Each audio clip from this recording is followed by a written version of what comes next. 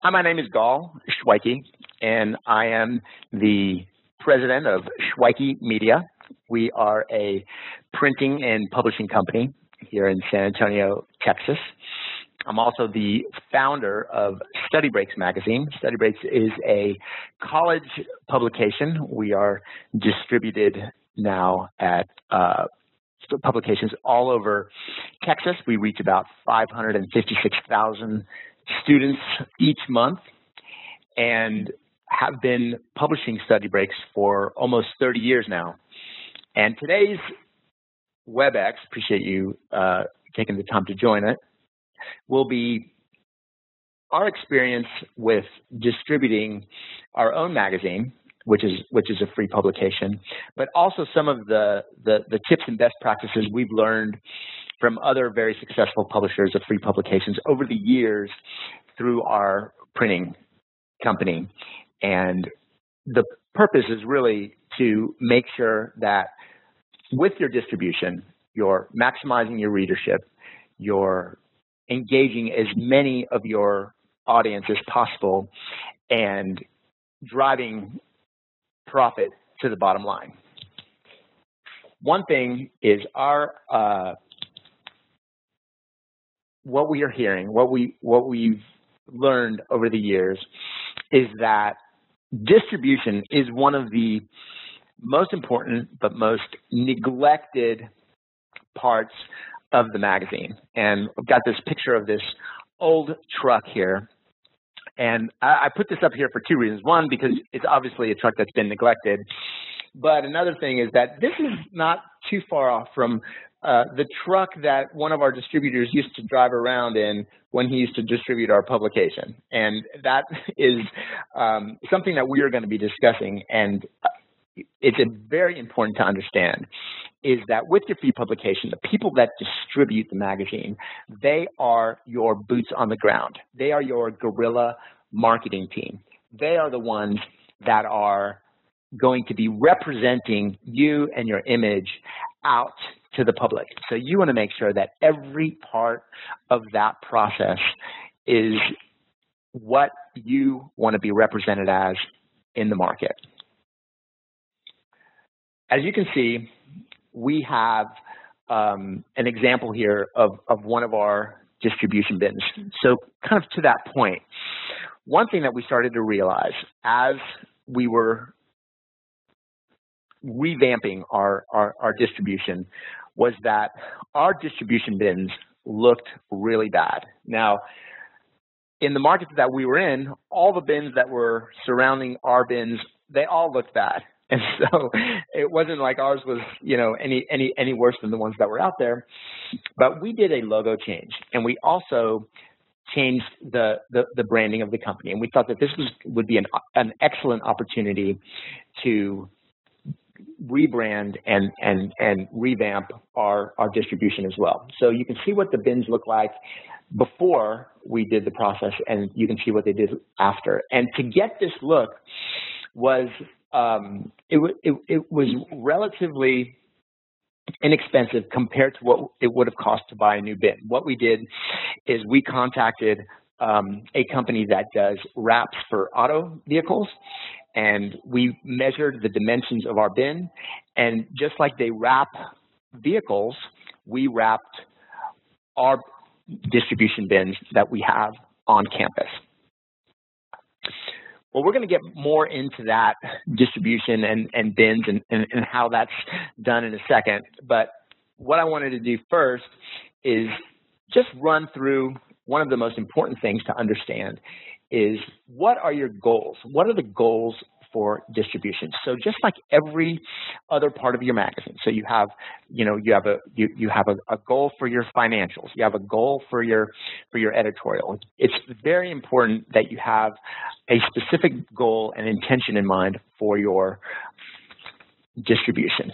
And you want to start by asking some questions. Who do you want to reach with your magazine?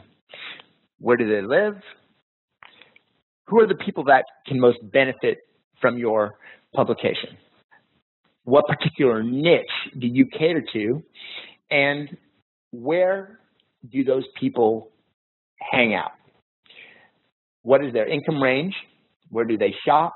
What are their purchasing habits? Those are just a few of the questions that can help. They seem very basic, but they can really help you identify where the best places are to put your free publication.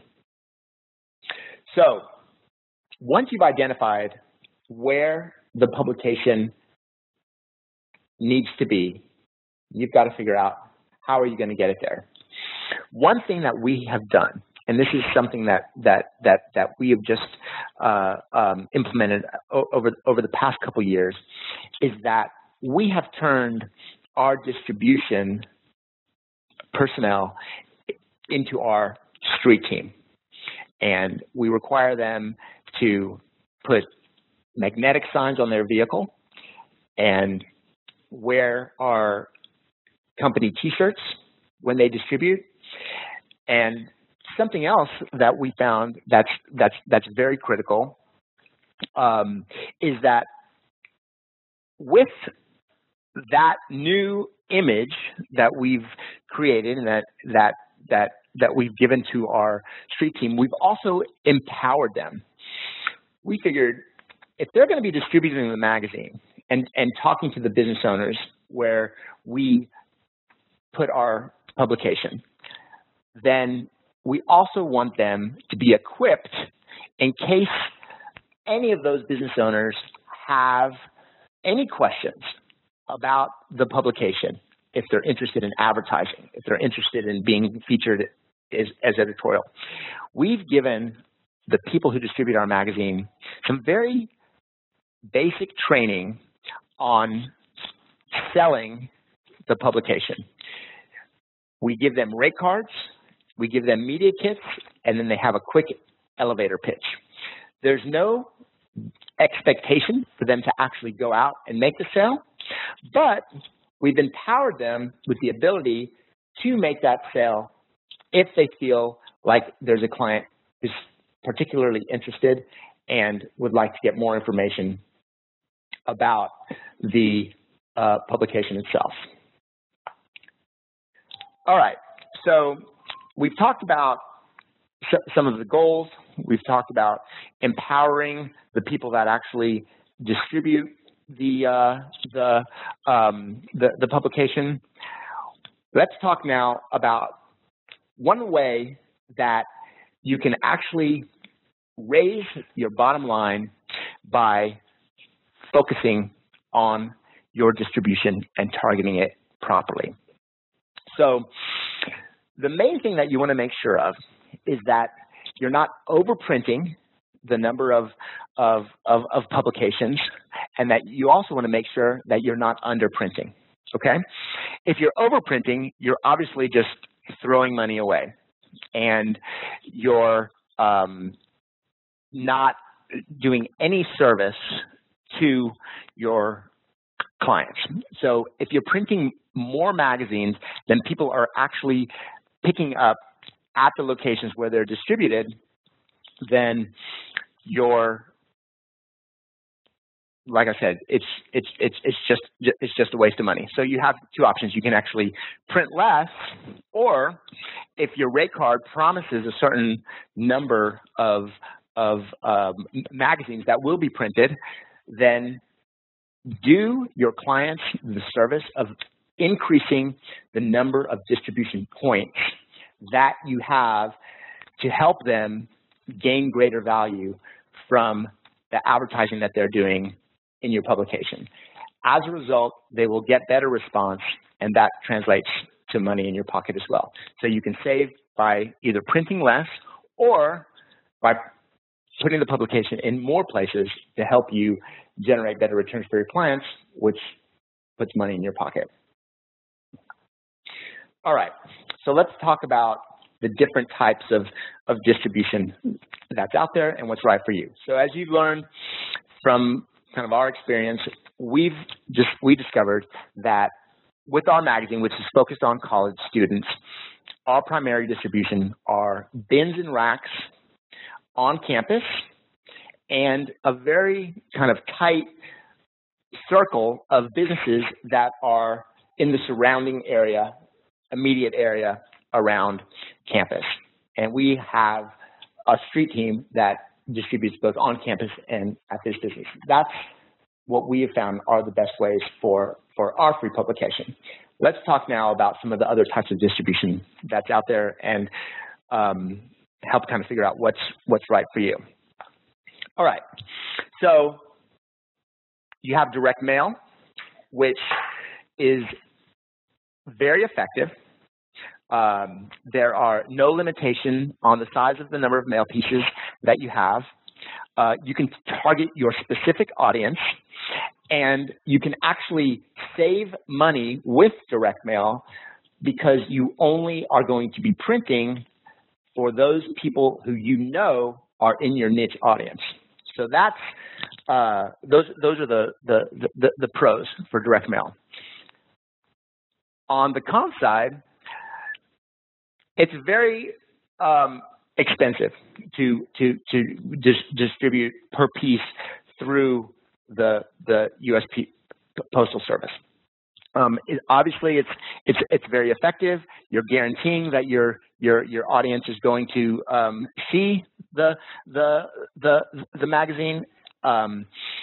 Your clients are generally willing to pay for that, but just so you know that's probably per piece one of the more expensive ways to reach your audience.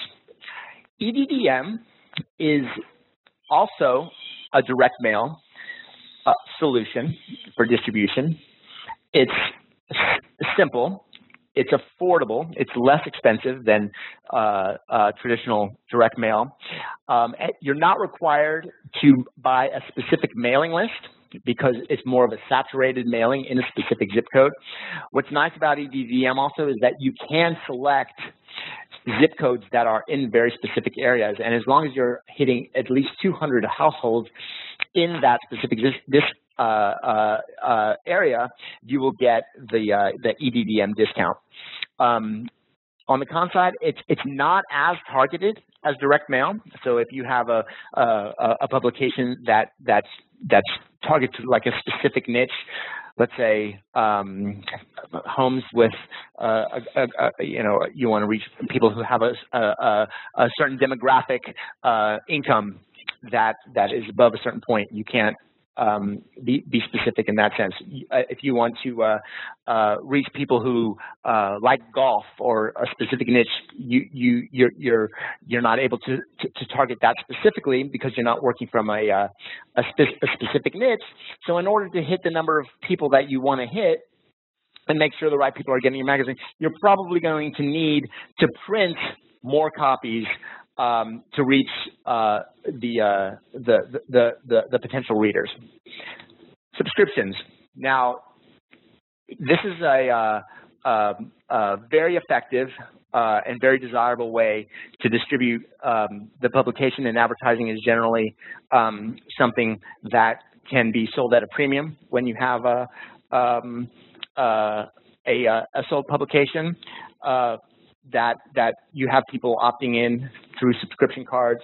The con on that is that it's a slow process to build the subscription base, and this is a little bit different than the type of distribution that we're going to be focusing on in this WebEx because it's actually not. It's not free. There are ways to have clients opt in and receive a free subscription, but obviously that gets more into the direct mail type. And then another way to distribute the publication is through newsstands and retail distribution, and your publication gets a lot of brand credibility when it's on the newsstand, but being accepted by the distributors, fighting for the best placement, is always challenging because you're competing with other very popular big name magazine brands, and it does take a very long time to get paid on that. And again, it is a method of distribution, but not one that we're going to be focusing on this seminar. Just WebEx, just primarily because it's, like I said, it's not a choice distribution or free distribution. And just so you know, if you are interested, the three main national distribution companies that put you in the retail markets are CMG, Time Inc., and Curtis Circulation. And these three companies represent publishers who produce over 90% of the newsstand sales for publications. All right, so free or choice distribution, as we like to say, that the people who pick up our magazine pick it up because they choose to, they want to, and that's something that is very important to make sure that you're conveying to your advertisers, that your sales team knows that if you have a free publication that is distributed where people can come pick it up, that the people who do pick it up are picking it up because they see it, they like it, and they want to read it. They're interested in the material that's in there. So a strong sales pitch there. All right, so the different avenues for the free distribution. So racks and bins. You saw an idea of kind of what we do and what our bins look like.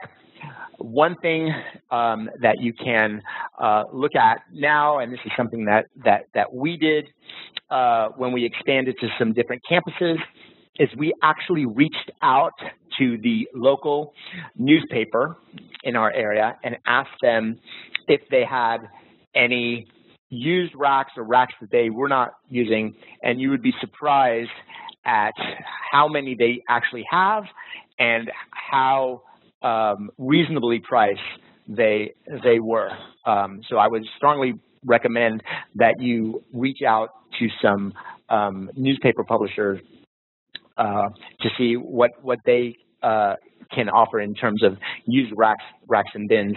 And then you can do similar to what we did with our publication. You can either wrap it or even just give it a nice new coat of paint and get a vinyl decal with your logo and have it be a very effective distribution tool for you. Another way to distribute free publications is to work with third-party distributors.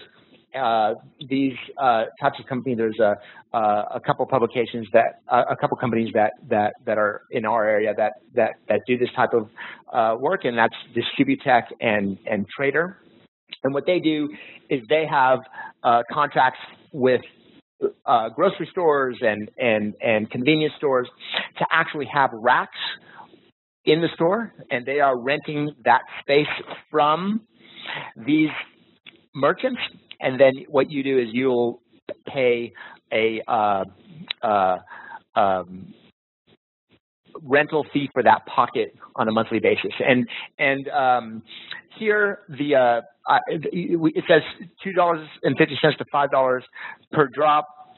That's generally what we end up paying for our street team to distribute to the racks and bins and the local businesses. The third-party pocket cost is actually a little bit more expensive than that. They're having to pay the retailer, and in turn they need to mark that up. And so the cost on that can be anywhere from $10 to as much as $45, just depending on which store they are. The Walmarts and the bigger grocery stores are generally more expensive than some of the local convenience stores. Local businesses, yeah, so that's a big part of our distribution. We always ask permission before we just take our magazine and put it in these businesses. If it's a large enough traffic area, we ask if we can put a rack in the business, and generally they are very receptive to that. They like a place for them to hold it. Some of the businesses have specific places in them where they put free publications and enjoy having that service for their clients, whether they're waiting for a table or if they're just picking up and while they're waiting for their food, they have something to read. So you're generally not going to have much resistance if you're distributing your publication to the local businesses. Hand to hand. So one thing with our publication that we have found to be very effective is we actually have students that are on campus with a nice table and tablecloth, and we even have a tent set up where we are distributing our publication on campus or in a location close to campus where we're allowed in a free speech area to distribute our publication directly to the students when they're on campus once a month. And then the other place is to find events that are specific to your niche and reaching out to them and seeing if by doing some sort of a trade or partial trade for advertising in your publication, if they'll allow you to have a setup at their event so that you can hand out your publication. And for certain niches, this is a very effective way to get your publication into the hands of your direct audience. All right, so it's important to understand the difference between circulation versus readership, and you may get some questions. Some of the larger advertisers, advertising agencies want to know if your circulation is audited or verified. So I wanted to take a moment to talk about that. All right, so readership does not necessarily equal circulation. In general, and this is something that was developed by the newspaper industry, the reasoning was that if a paper was purchased by a household, that there were, through their research, did a calculation that there were 2.5 people in that household that would read the publication, right? So that was on average, obviously, with a 0.5. That's the number that they came out with. So what they would do, so if they had a certain number of magazines that they printed, they would multiply, or newspapers that were printed, they would multiply that by 2.5, and they would sell that as the readership. So they would explain, we have, let's say, a circulation of 10,000, but we have actually a readership of 25,000 because 2.5 on average people read our newspaper. And we know that for our magazine, which is a college publication, and we're distributed in dorms and apartments where there's roommates and people leave stuff on the table and the coffee table, that it is passed around.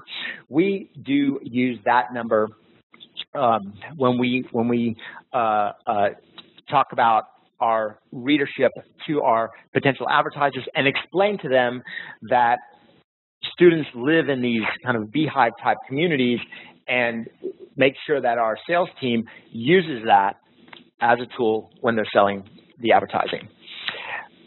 There are third parties that you can hire to do audited and verify your circulation.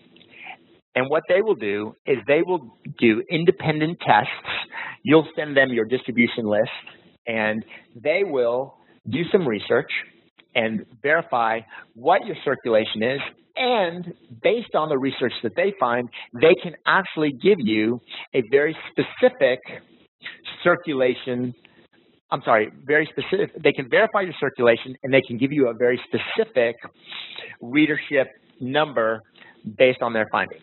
And the companies that are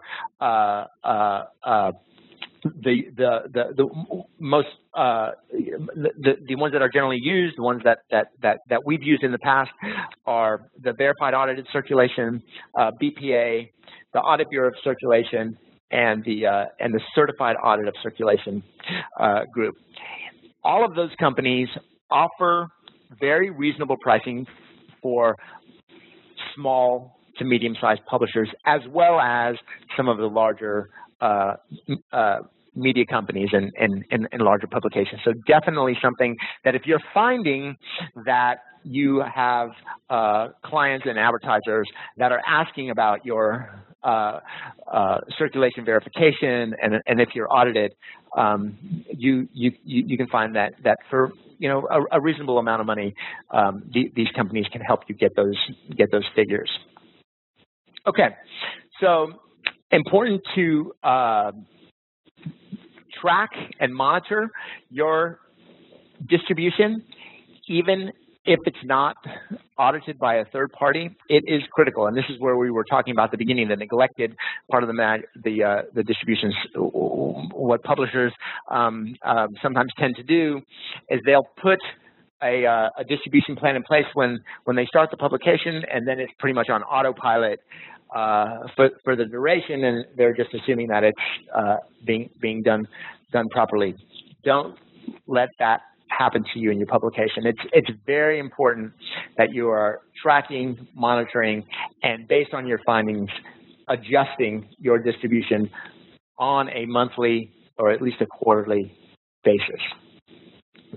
What we do with our publication, and there's other publishers that I know do the same, use these very effective tools to do the monitoring. We found that Google Docs, the reason we shifted from Google Docs we were doing all of our list tracking in Excel, but then when adjustments were being made, they weren't globally shared. So it was more just with Excel, it was on a local computer. But with Google Docs, you actually have all the functionality of Excel, but you can share the distribution list with your team, and they can, once it's been updated, they can have viewer and readership privileges and go in and print the list for themselves, and it's constantly being updated in one place. So that's why we like to organize our lists with Google Docs.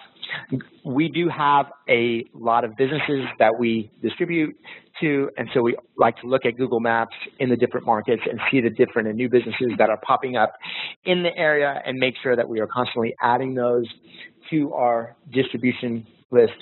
And then the cell phone is also a very good way to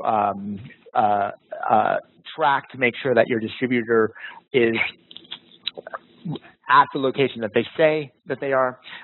We used to actually have barcodes, and they were scanning the barcodes, but now we found that it's easier and just as effective for our distributors to actually take a picture of the bins and the racks in some of the businesses where they distribute, and have that on their phone, and then we just go through the phones to see how the distribution was being done, to make sure that the magazines are straight, organized, that they hit the spot on the distribution list, and that the bin and everything was cleaned up and left in a very nice way. So that's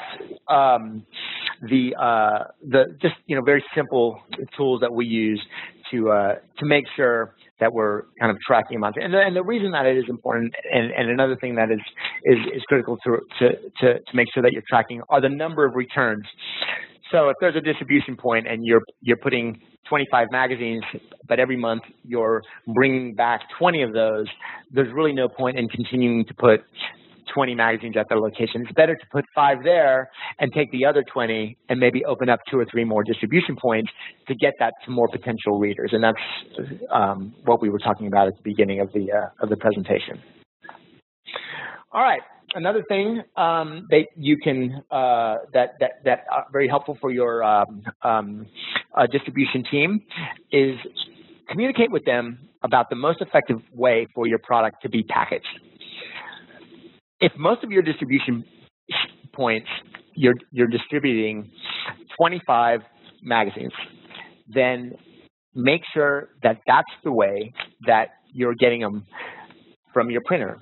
So if your distribution prefers to have it in boxes, make sure that there's 25 per box.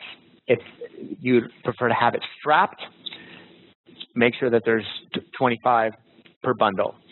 If shrink wrapping the publication is something, make sure that there's 25 in each bundle of shrink wrap.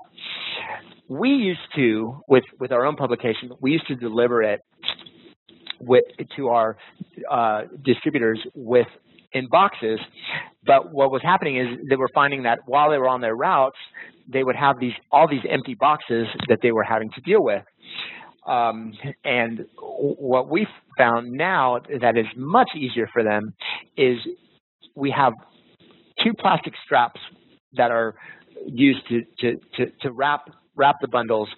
It can be cut easily with scissors, or it can even be peeled off quickly with just a tab pull, and there's nothing to deal with. They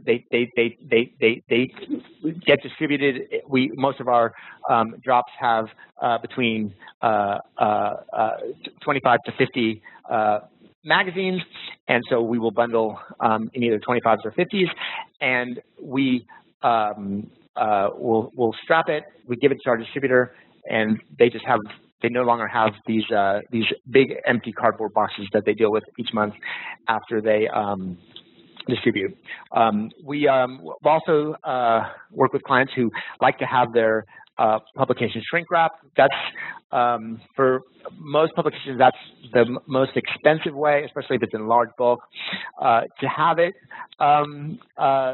delivered. But there are some publications that if they leave it outside of, let's say, a business for them to pick it up, rather than having just a cardboard box where the employees of that business don't know what it is, if they can leave a shrink wrapped bundle of publications next to that business, everybody knows that it's this publication. They can see it and just take off the plastic wrapping and distribute it. All right. Well, I hope this was helpful. I really appreciate your time. It's just giving me the opportunity to share some of our 30 years of experience in distributing our own publication, and I can always be reached if you have any questions. You can feel free to email me. My email is very simple. It's just Shweiki@shweiki.com, and I appreciate your time. Thank you.